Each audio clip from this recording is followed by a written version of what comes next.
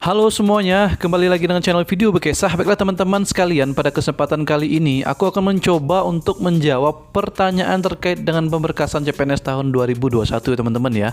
Saat ini teman-teman sudah selesai mengikuti tahapan dari pemberkasan yang berakhir pada tanggal 21 Januari tahun 2022 ya teman-teman ya. Akan tetapi masih banyak sekali teman-teman kita yang bertanya terkait dengan pemberkasan, baik itu dalam pengisian DRH maupun pemberkasan offline atau online atau yang dikirim via email seperti itu. Dalam video kali ini akan aku jawab teman-teman terkait dengan pertanyaan dari teman-teman sekalian. Baiklah, tanpa berlama-lama lagi, langsung saja kita ke pembahasannya.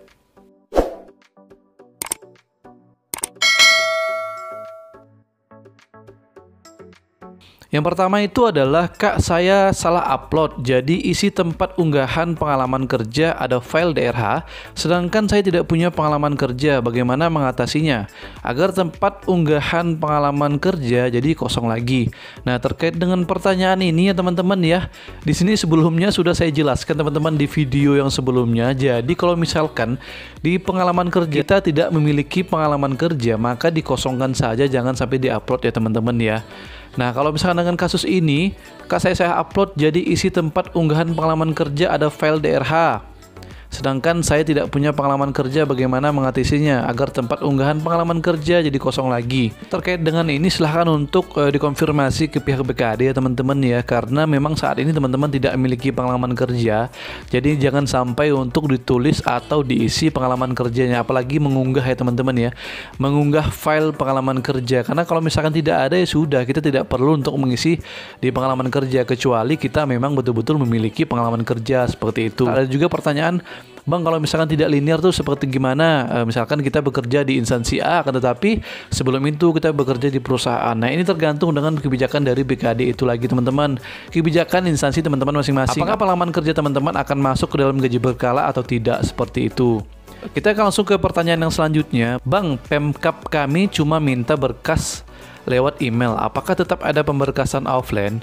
Nah, ini terkait dengan pemberkasan offline dan online ya teman-teman ya. Di tahun 2021 ini ya teman-teman, CPNS tahun 2021 ini itu sedikit berbeda dengan tahun-tahun yang sebelumnya teman-teman ya. Mungkin belajar dari pengalaman yang sebelumnya, karena BKN itu selalu update ya teman-teman ya. Mereka selalu berinovasi setiap tahunnya. Jadi kesalahan-kesalahan di tahun-tahun sebelumnya itu mereka perbaiki di tahun yang akan datang, seperti tahun yang sekarang. Nah, mungkin dengan kondisi COVID-19 ini di tahun ini pihak BKN itu diadakan terkait dengan pemberkasan offline, akan tetapi terkait dengan pemberkasan itu dilakukan secara online. Nah, online-nya itu kalau misalkan mengisi DRH dan segala macam itu sudah sama dengan yang tahun-tahun sebelumnya ya teman-teman ya.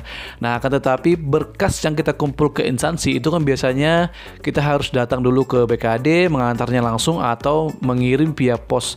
Nah, untuk tahun ini sepertinya tidak berlaku ya teman-teman ya.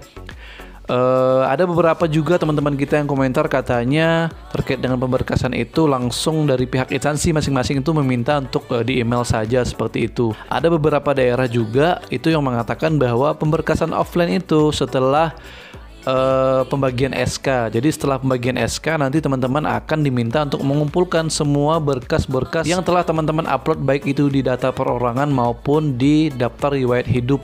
Nah, selanjutnya ini adalah, Assalamualaikum Kak, izin bertanya untuk surat pernyataan 5 dan 13 poin dalam pemberkasan CPNS terkait alamat Kak, apakah bisa alamat yang dicantumkan pada surat pernyataan itu adalah alamat domisili, bukan alamat KTP, tapi antara alamat domisili dan KTP masih satu kabupaten Kak, apakah bisa hanya dimasukkan alamat domisili saja Kak, bukan alamat KTP? Terima kasih.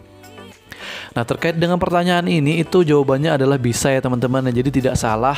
Jadi silahkan saja teman-teman untuk mengisi alamat yang sekarang teman-teman ya. Karena kan mungkin kondisinya seperti ini nih.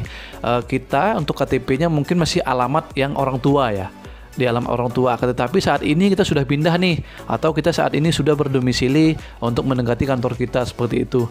Nah, teman-teman langsung saja untuk membuat alamat sekarang teman-teman. Jadi tidak menyesuaikan KTP itu tidak masalah, alamat yang teman-teman sekarang. Nah, karena apa? Karena setelah ini yang aku jelaskan di pertanyaan yang sebelumnya, kalau misalkan pemberkasan itu dilakukan setelah pembagian SK, maka teman-teman akan diminta untuk mengupdate semua datanya teman-teman, seperti itu. Nah, biasanya pihak BKD itu meminta teman-teman untuk menyesuaikan dengan alamat dan kondisi yang sekarang seperti ini. Biasanya sih seperti itu. Nah selanjutnya, izin bertanya Bang, kalau pekerjaan saudara kandung berbeda antara kakak dan KTP, dan saya mengisi pekerjaan sesuai dengan yang di kakak, apakah bermasalah Bang? Tidak bermasalah ya teman-teman ya. Karena kembali lagi, sudah aku jelaskan di videoku yang sebelumnya, itu mengatakan bahwa terkait dengan pengisian DRH ini yang terpenting itu adalah data primernya teman-teman sekalian. Jadi data si pelamar. Jadi data kita pribadi teman-teman, yang itu yang harus diperhatikan dengan seksama. Ya teman-teman ya, jangan sampai berbeda baik itu nama, status. Nah kalau misalkan perbedaan nama dan status pun itu kembali lagi dengan kebijakan BKD-nya masing-masing lagi. Yang fatal itu adalah perbedaan NIP teman-teman. Kalau misalkan sudah berbeda NIP, nah itu yang bermasalah karena itu langsung nge-link ke BKN. Tapi kalau misalkan berbeda nama, berbeda status, pekerjaan dan lain-lain, itu masih tergantung dengan pihak BKD-nya masing-masing. Apakah meminta untuk diganti langsung atau nanti saja pas pas pendataan CPNS setelah menerima SK ya, seperti itu. Pertanyaan selanjutnya, Bang, bagaimana jika surat pernyataan bersedia ditempatkan dan berdomisili saat mendaftar hilang dan BKD minta harus yang saat mendaftar, solusinya gimana ya Bang? Nah terkait dengan pertanyaan ini, memang si pihak BKD itu ada beberapa pihak BKD yang meminta untuk menggunakan surat pernyataan seperti yang kita mendaftar di awal ya teman-teman ya. Namun ada juga dari pihak BKD itu meminta yang baru kalau misalnya kita sudah hilang teman-teman. Jadi kita tidak masalah untuk membuat lagi, yang penting berkasnya itu ada.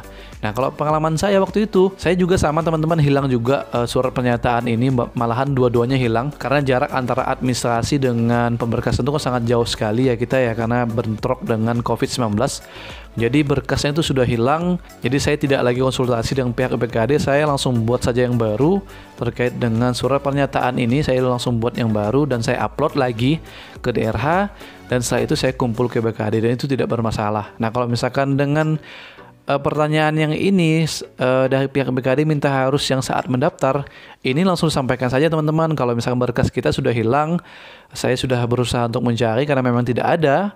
Lalu kemudian ya sudah, solusinya harus membuat baru, karena tidak mungkin juga dari pihak BKD itu tidak menyarankan untuk membuat lagi. Ya teman-teman ya, kalau misalkan kosong lebih fatal lagi. Jadi harus mau nggak mau ya dibuat kembali seperti itu. Lalu selanjutnya itu adalah masa revisi itu maksudnya gimana ya Kak? Kita upload ulang yang salah di web SSC ASN atau bagaimana? Soalnya baru dengar. Nah terkait dengan masa revisi ini biasanya itu lebih kepada bukti fisik ya teman-teman ya. Jadi bukan di SSCSN. Nah kalau misalkan di aplikasi itu teman-teman hanya bisa mengisi satu kali ya teman-teman ya. Kalau misalkan sudah mengakhiri itu sudah tidak bisa dirubah lagi. Nah setelah data itu akan diverifikator kepada pihak BKD, panitia-panitia penyelenggara.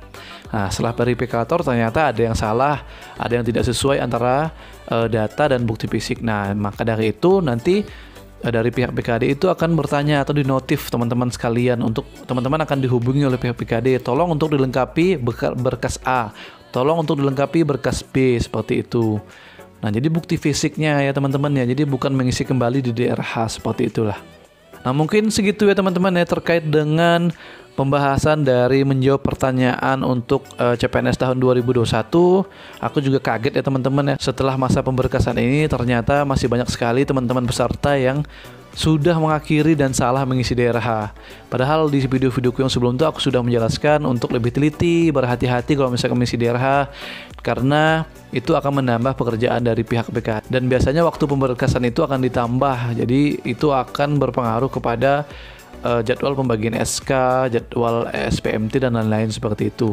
Nah namun ya mau gimana lagi ya teman-teman ya. Ya saat ini teman-teman silakan untuk menunggu saja dari pihak BKD. Kalau misalkan teman-teman dihubungi, berarti teman-teman harus memperbaiki berkas-berkas tersebut. Kalau misalkan tidak, ya sudah, berarti intinya teman-teman tidak bermasalah, seperti itu ya teman-teman ya. Jadi mungkin segitu dulu untuk video kali ini. Semoga informasi ini bermanfaat, dan jangan lupa teman-teman untuk di subscribe terlebih dahulu. Kalau misalkan ada pertanyaan yang lain, silahkan untuk follow di Instagram aku ya teman-teman ya. Jadi aku mohon maaf kalau misalkan ada beberapa pertanyaan yang tidak aku jawab di video. Tapi kalau misalkan teman-teman nge-DM di Instagram aku, insya Allah itu pasti aku balas. Tapi jangan lupa untuk di follow terlebih dahulu ya teman-teman ya. Baiklah, dadah.